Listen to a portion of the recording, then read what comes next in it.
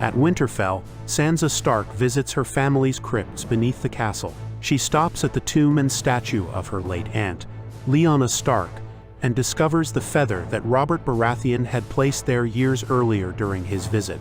Suddenly, Petyr Baelish appears and tells her he expected to find her there. Sansa reflects on how her father, Eddard Stark, rarely spoke of Lyanna, though she sometimes saw him in the crypts, lighting candles by her tomb.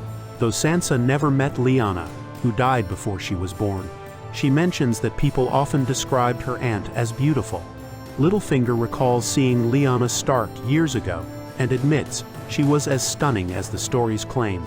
Back when he was just a boy living with Sansa's mother's family, the Old Lord Went hosted a grand tournament at Harrenhal. Nearly every important figure in Westeros attended: the Mad King, Crown Prince Rhaegar Targaryen, Robert Baratheon, Lyanna Stark, and more. At the time, Lyanna was already promised to Robert in marriage. Littlefinger, then a lowborn boy with no lands or status, was in awe seeing so many legendary figures gathered in one place. The final joust of the tournament was between Prince Rhaegar and the famed knight Esser Barristan Selmy. Rhaegar emerged victorious, and the crowd burst into cheers, only to fall into stunned silence when he rode past his wife Elia Martell and placed the crown of winter roses in Lyanna Stark's lap. Soon after, he disappeared with Lyanna, igniting Robert's rebellion, which ultimately destroyed the Targaryen dynasty. Later, Littlefinger reflects on the thousands who died because of Rhaegar's choice, questioning the cost of his obsession. Sansa, however, coldly corrects him. Rhaegar didn't just choose Lyanna, he kidnapped and raped her. Baelish gives her a knowing smirk before moving deeper into the crypts. Sansa notices that Littlefinger is dressed for travel, and he tells her he must return to King's Landing. Cersei has summoned him, and refusing would only raise her suspicions.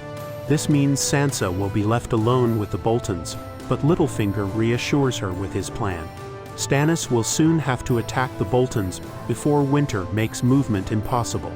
Littlefinger believes Stannis will likely win because he's a brilliant military leader, and the Boltons will be outnumbered, as other northern houses may turn against them. If Stannis succeeds, he'll name Sansa the ruler of the North, honoring her father Ned Stark's loyalty and recognizing her as the last known Stark heir. Sansa asks what happens if Stannis loses. Littlefinger explains that by marrying Ramsay Bolton now, she'll still have power. She can gain the Boltons' trust and weaken them from within over time. No matter the outcome, Sansa remains Littlefinger's key ally in the North. Before leaving, he kisses her on the lips and rides away. In King's Landing, during a meeting of the Small Council, Master of Coin Mace Tyrell delivers troubling news. The Iron Bank of Bravos has begun to demand repayment of the Crown's debts. Their initial request is for a tenth of the total amount owed, but the Treasury can only cover half of that sum, as a great deal of money was recently spent on rebuilding the royal fleet. Mace suggests that House Tyrell could lend the Crown the necessary gold, but Cersei is deeply unwilling to grant the Tyrells more financial control over the throne. To avoid this, she proposes sending Mace himself to Bravos to ask the bank for more time, explaining that dispatching such a high-ranking official will demonstrate how seriously the Crown takes its obligations. Mace, unaware that this is also Cersei's clever strategy to get him out of the city, is flattered and considers it a great honor.